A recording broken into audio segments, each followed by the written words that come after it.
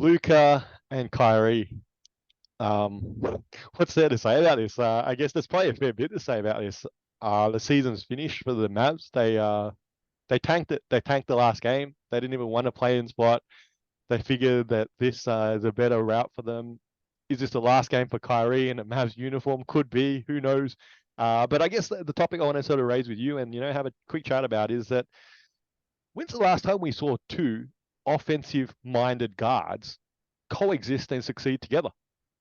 I don't think ever, because as far as I'm concerned, two offensive-minded guards that play literally the same spot that require the ball in their hands to succeed, it's just a pairing that doesn't work. It just doesn't work.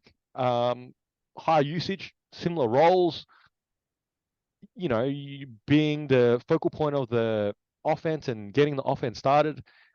Look, one that just quickly popped into mind, DeJounte Murray going over the Trae Young team. And obviously, they're both, DeJounte Murray was a lead guard all-star at the Spurs.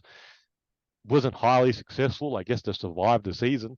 I don't know, maybe you got some other names you can think of here that succeeded, but I can't see it happening. I don't think it's a formula for success.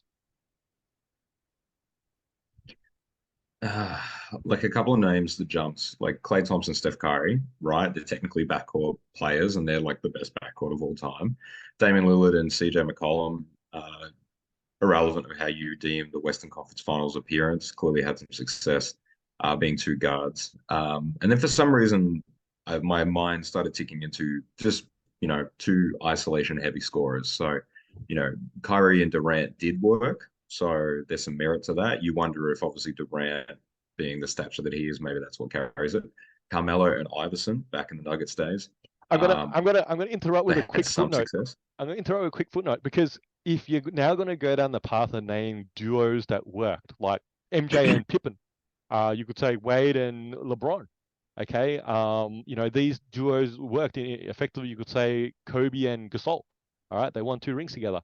I think the key though, and you mentioned Lillard and McCollum. You mentioned Curry and Thompson, but these guys were an organic pairing that came out of the draft together. Okay. And obviously they started their careers together. They weren't superstars at the start together. They became all stars, and then one guy became a superstar, and there was that clear hierarchy of, well, ultimately, Clay's the sidekick, and CJ was the sidekick, and that's the reality. I'm talking about two alpha guards that came together that succeeded as guards. Like I know what you're trying to do with the topic of the fixation on guards. I think one of the big issues with this were it's a small sample size to get things going, and you could make a stronger case and say perhaps the trade deadline should be a little bit earlier to actually allow for teams to have a legitimate shot to put together something in the second half of the season. But you're talking about a team that is pretty bare bones, right? Has been a sole focus of Luka with a high usage rate. Then you add in another high usage rate player, and it's like, well, you knew that you were going to probably get about 45 to 50 wins with this philosophy, and then you decided to change that philosophy, and unsurprisingly, it did not yield what you were on trend to do so. They don't play defense. There is a growing narrative. Whether or not it's warranted, it will reveal itself in a couple of years.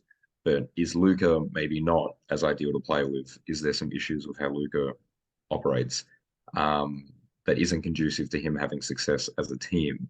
So I think I think the guard aspect, Luka's a massive guard compared to Kyrie. If we were talking about two small guards, maybe that's where we go with this. But yeah, look, I think the pairing needs more time, and we may not even get to see more time with that. That just seems to be how Kyrie goes. He legitimately has short-term girlfriends or short-term partners to be 2023 conscious quite often, and has very quick flings, and then it's on to the next offensive lineup juggernaut, whatever we frame it as. So you're basically saying, I feel like you need a coffee or something because you're basically saying the Mavs need more time. You think that the Luka Kyrie pairing can be a 50 team win team?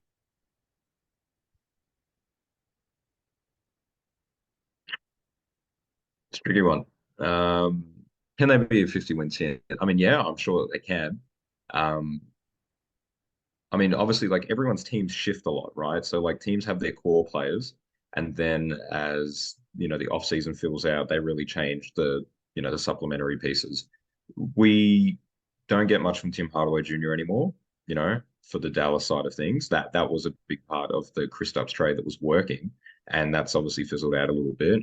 They got rid of Doran for Finney Smith. Um, they've got Reggie Bullock not really shooting anything. Josh Green is a big part of the Dallas Mavericks offense, and that isn't good because he's essentially a second round draft pick that did no significant playing time for them last season. So, uh, could it work? Yes.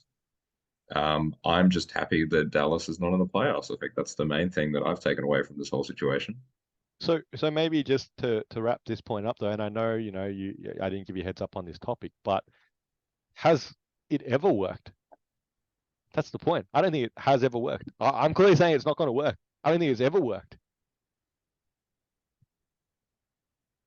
Well, there's a general philosophy that having a point guard or even a small shooting guard, not necessarily like a shooting guard, but just a small shooting guard, doesn't actually yield anything. So, like historically speaking, wings and centers have been the two pillars of a championship roster.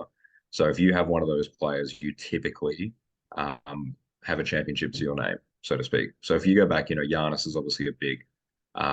Steph Curry is the anomaly to that, and then you go LeBron for a bit of time, Kawhi, Durant, Kobe, Shaq, Duncan. Like when you look at teams that have won the finals, it's that archetypal player. It's a dominant big, or it is a wing player. So guards in general don't have a great stead. Luke is obviously a bit different because he probably fits into that LeBron mold, but no, a player like Kyrie is probably not leading a team to a championship.